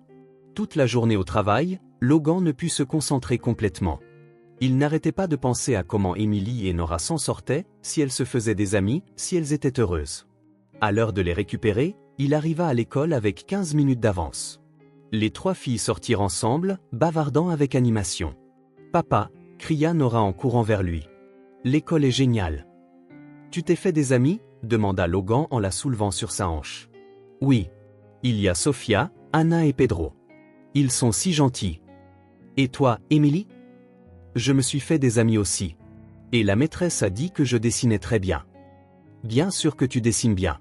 Tu as toujours bien dessiné. » Ivy s'approcha avec un sourire fier. « Papa, mes sœurs étaient les plus populaires de la classe aujourd'hui. »« Ah oui ? » ?»« Oui, tout le monde voulait être leur ami. Et quand quelqu'un a demandé si nous étions de vraies sœurs, j'ai dit oui, parce que nous sommes de vraies sœurs, ajouta Emily. « C'est vrai » acquiesça Nora. Sur le chemin du retour, les filles racontèrent chaque détail de leur journée. Les jeux à la récréation, les leçons qu'elles avaient apprises, les nouveaux amis qu'elles s'étaient faits. « Papa, dit soudain Ivy, peux-tu nous apprendre à faire ce dîner spécial ce soir, pour fêter notre premier jour ? » « Quel dîner spécial ? » « Celui que tu faisais pour maman pour les anniversaires, avec les pâtes et la sauce rouge. » Logan sentit un pincement au cœur. Ivy parlait rarement de Sarah, mais quand elle le faisait, c'était toujours avec affection. « Bien sûr, princesse. Faisons le dîner spécial de maman. » À la maison, ils allèrent tous les 4 à la cuisine. Logan apprit aux filles à faire la sauce tomate que Sarah aimait. Il leur expliqua comment assaisonner les pâtes, comment savoir quand elles étaient juste cuites. Maman disait que cuisiner était une façon de montrer son amour, expliqua Ivy à Emily et Nora pendant qu'elle remuait la sauce. Notre maman disait ça aussi, répondit Emily. Elle faisait une bouillie qui était vraiment bonne quand on était malade. Toutes les mamans savent cuisiner avec amour, dit Nora, sérieuse. Et les papas aussi, ajouta Ivy en regardant Logan. Papa cuisine avec beaucoup d'amour. Pendant le dîner, les filles n'arrêtèrent pas de parler de leurs projets pour le lendemain, des amis qu'elles voulaient se présenter, des projets qu'elles feraient ensemble à l'école. Demain, je vais montrer à tout le monde le dessin qu'Emily a fait, dit Ivy. Et je leur parlerai du fort qu'on fait à la maison, ajouta Emily. Et moi, je dirai que j'ai 2 sœurs, dit fièrement Nora. Après le dîner, Logan aida les filles avec leurs devoirs, juste un peu pour le premier jour, seulement quelques dessins et des exercices simples. À l'heure du coucher, les 3 allèrent dans leur chambre. Ivy dormait dans sa propre chambre, et Emily et Nora partageaient la chambre que Logan avait préparée spécialement pour elle. 2 lits avec des couettes assorties, un bureau d'études, des étagères remplies de livres et de jouets. Logan souhaita bonne nuit à chacune. « Bonne nuit, princesse » dit-il à Ivy.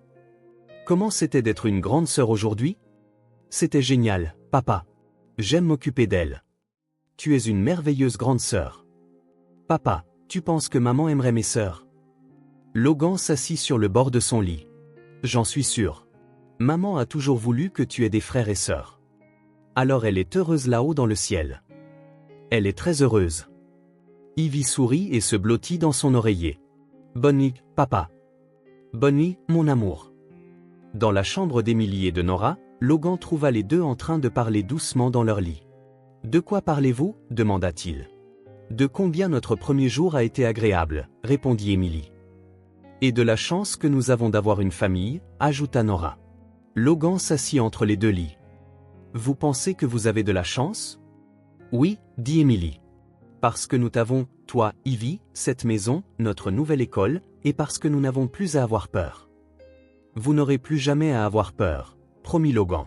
« Vous êtes à la maison maintenant. Pour toujours. »« Pour toujours ?» demanda Emily. « Pour toujours. » Après leur avoir souhaité bonne nuit, Logan descendit au salon. Il regarda la maison qui était maintenant vraiment vivante. Des jouets éparpillés, des dessins épinglés sur le frigo, 3 sacs à dos d'école près de la porte d'entrée. Il y avait quelque chose de nouveau sur le mur du salon qui n'était pas là ce matin. Un dessin encadré que les filles avaient fait ensemble. 4 personnes se tenant la main, entourées de cœurs et d'étoiles. En dessous, écrit en grandes lettres colorées, « Notre famille ». Logan s'assit sur le canapé et regarda le dessin. 4 personnes. Lui, Ivy, Emily et Nora. Une famille complète. Il pensa à tout ce qui s'était passé depuis cette nuit de neige où il avait trouvé 2 petites filles dormant dans sa voiture. Il pensa à la résistance initiale d'Ivy, à la bataille juridique, au moment de peur où il avait cru pouvoir perdre Emily et Nora. Mais surtout, il pensa à la façon dont l'amour avait grandi naturellement entre eux. Comment Ivy était passée d'une fille jalouse à une grande sœur protectrice. Comment Emily et Nora étaient passées d'enfants effrayés à des filles confiantes et heureuses. Comment lui-même avait redécouvert la joie d'être père. Logan regarda la photo du premier jour d'école qu'il avait fait développer et poser sur la table. 3 filles en uniforme, enlacées, souriant à l'appareil photo. Ces 3 filles. Il prit le téléphone et appela David Chen. David, c'est Logan. Logan, comment s'est passé le premier jour des filles? Parfait. Elles sont radieuses. C'est une merveilleuse nouvelle. Comment vont les papiers finaux de l'adoption? Tout est signé et déposé. Emily et Nora Matthews sont officiellement mes filles. C'est une excellente nouvelle, Logan. Vous méritez tous ce bonheur.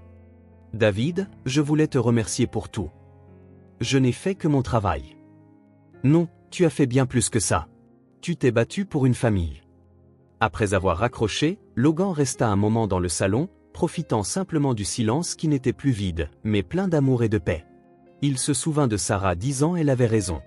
Emily et Nora n'étaient pas seulement une seconde chance pour lui. Elles étaient une seconde chance pour toute la famille. Pour qu'Ivy apprenne à être une sœur, pour que la maison redevienne un foyer, pour que Logan redécouvre que son cœur pouvait encore grandir. Il monta dans sa chambre et, avant de s'endormir, regarda par la fenêtre la rue où tout avait commencé, où 2 petites filles ayant désespérément besoin d'aide avaient trouvé refuge sur la banquette arrière de sa voiture. Maintenant, elles dormaient en sécurité dans leur propre lit, dans leur propre maison, en tant que membres de leur propre famille. Logan sourit dans l'obscurité. Je n'ai pas acheté leur amour, se chuchota-t-il. Il m'a trouvé et m'a transformé. Et pour la première fois depuis des années, Logan dormit le cœur complètement en paix, sachant qu'il se réveillerait le lendemain dans une maison remplie de vie, d'amour et de rire. Dans une maison qui était enfin un foyer complet. Si cette histoire a touché votre cœur, abonnez-vous à la chaîne et activez les notifications pour ne pas manquer les prochaines. Laissez un j'aime, car cela aide cette histoire à être recommandée à plus de personnes. À la prochaine histoire.